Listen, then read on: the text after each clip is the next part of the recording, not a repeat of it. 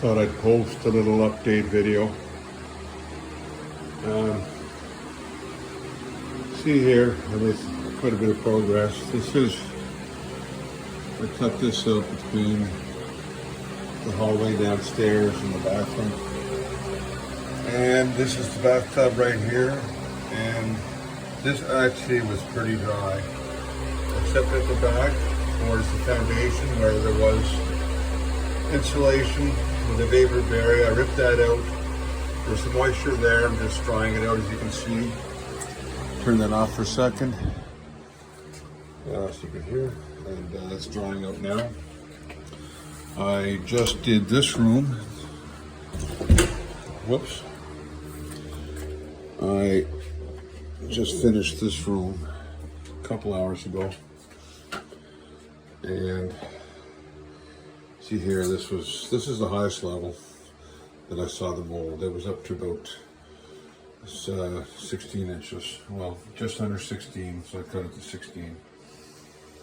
And there's one or two little mold spots that I just hit with mold treatment. But it was pretty wet. One good piece of news. Well, I don't know if I call it a good piece of news or not, but we found the source of our ants in the house, I believe. You see it in this corner right here and in here.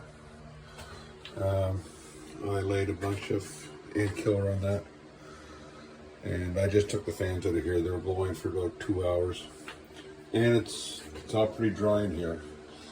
This wall here, actually, where there's no insulation between the walls, and this side of the drywall was completely clean of mold, which leads me to believe, well, I know, there's, on the opposite side here, I did not see any signs of mold either.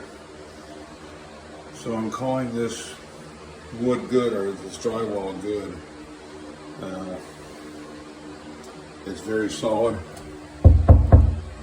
no soft spots. I'm gonna let that dry out for a day or two, and then I just got a moisture meter off of Amazon. I'm gonna turn this fan back on. I picked up a moisture meter at Amazon, so I'm going to test that wall.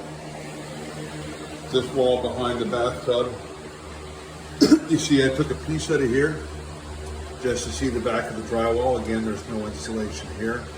There are not really any signs of mold in this wall either, except for maybe one or two specks, which I hit with mold treatment. But there's no signs of mold in this side either. So I'm calling that drywall good as well. And this side looks very good as well. So again, I'm going to test that with a moisture meter in a couple of days of drying. And if the readings are good, I'm not going to touch it. And I don't have to fool around with this, the radiator here either. I just finished the bathroom, and this was pretty moist back here, pretty wet. You see I just finished doing that not very long ago. It's the drywall.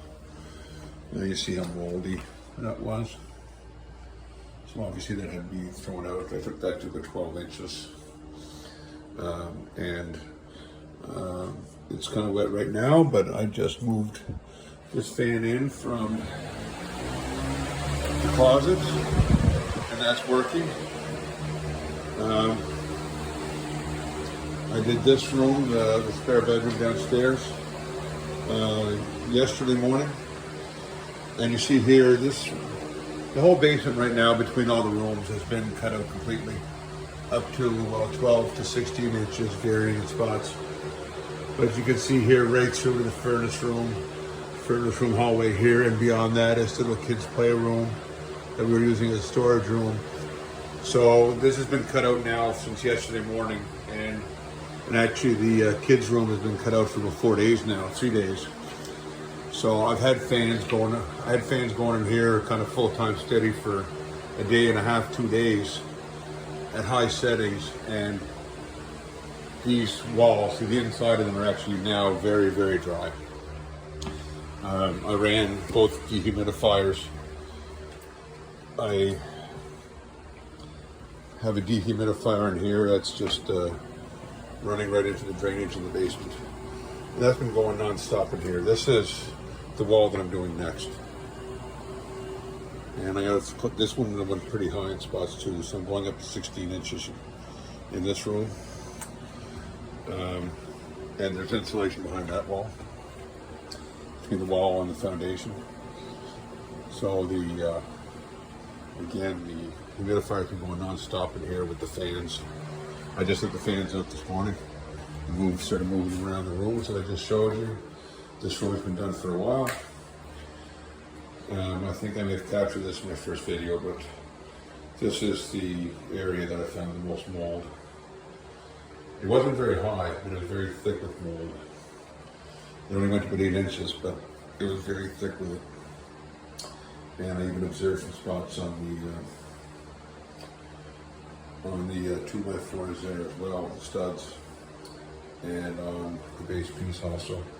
So I treated them very heavily with microbium, the mold control solution, and these as well have been, this room as well has been drying out for 3 days now. And this room was, I think it's like, this is a closet, very dry. Again, had the fans going in here. It's dry as a bone in behind the frame. And after I do the furnace room, this is the last room left to do, which I'm planning on cutting this to 12 inches. And you see here, I just marked part of the wall before the girls landed home. They just left. So now I'm going back at it, and this wall is going to go to 12 inches, and I am going to see what's behind the radiator, and if I can, I know there's moisture in the insulation behind there, but within it, I think what I may try to do instead of removing that, again, it's a forced hot water over here, so it'd be quite the operation to remove that.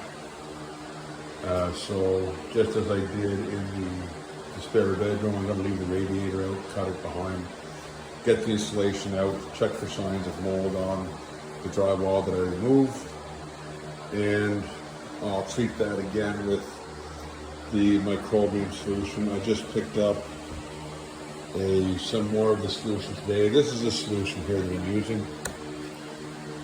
Very highly recommended in store and online.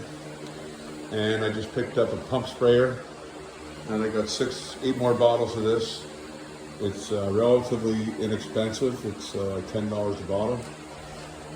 So I'm hoping that once I've thoroughly dried out everything, which I'm hoping will be tomorrow late sometime, because I am pulling out the last of this drywall tonight. If I have to stay up at 3 in the morning and remove the insulation, dry it out.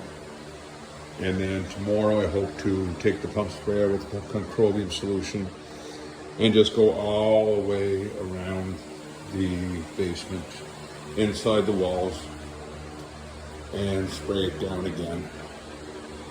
And let that dry out, and hopefully go home to Inverness for a few days to see my sisters, Susan and Heather and Merrick, and my brother-in-law Merrick, and spend a couple of days down there. And in the meanwhile, Jen's going to stay up here and start getting ahead of the sorting, laundry, and all those types of things, give me a little bit of a break. And I'll probably come back up to Halifax in probably Wednesday or Thursday and size things up, take the moisture meter all around the house, see if there's any more gyprock that I have to dig out. If not, the next step is then going to be to prepare the surfaces and all of that for renovations. So just a little bit of housekeeping to do there. I didn't spend too much time worrying about loose nails and loose screws, and some screws were left in the framing there when I removed the drywall. I removed some of them as I went, but again, just need to go and prep the surfaces and all of that. And I'm going to take at the end of this, once I've done the walls, I'm going to get a big couple of 4 liters of vinegar, which is also very effective in treating mold in the research I've done. And I'm just going to do a very wet mop down here with the vinegar as well. And let things dry out again for a day or two. And then it should be ready for the flooring and drywall and painting and all of that. So that will likely be a fall-winter project. We're in no hurry to get it done, so I'll take my time, get the best deals, that type of thing. And like I said, we just got some, I guess, bad news. Jen's insurance, our insurance, called Jen on her drive back up to Halifax today, and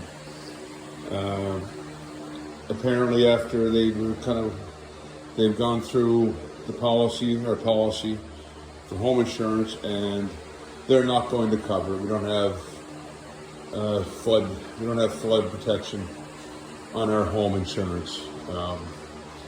We would have had to buy additional flood insurance, which I don't know if it was offered to us. If it was, I'm sure we probably said no.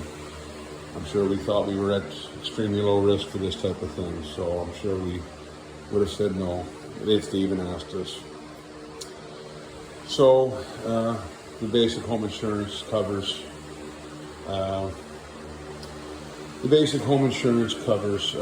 If it flooded as a result of a burst pipe or backed up sewage or something like that, the home insurance would have covered it. But for rain, for moisture coming from outside the house, flood or otherwise,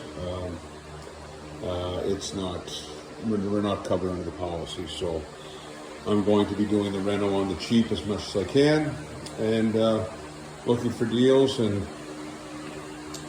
getting this done over the fall, hopefully, maybe in time and done for Christmas. But again, just pick at it a bit and get her done. Okay, that's it for now. Back to it.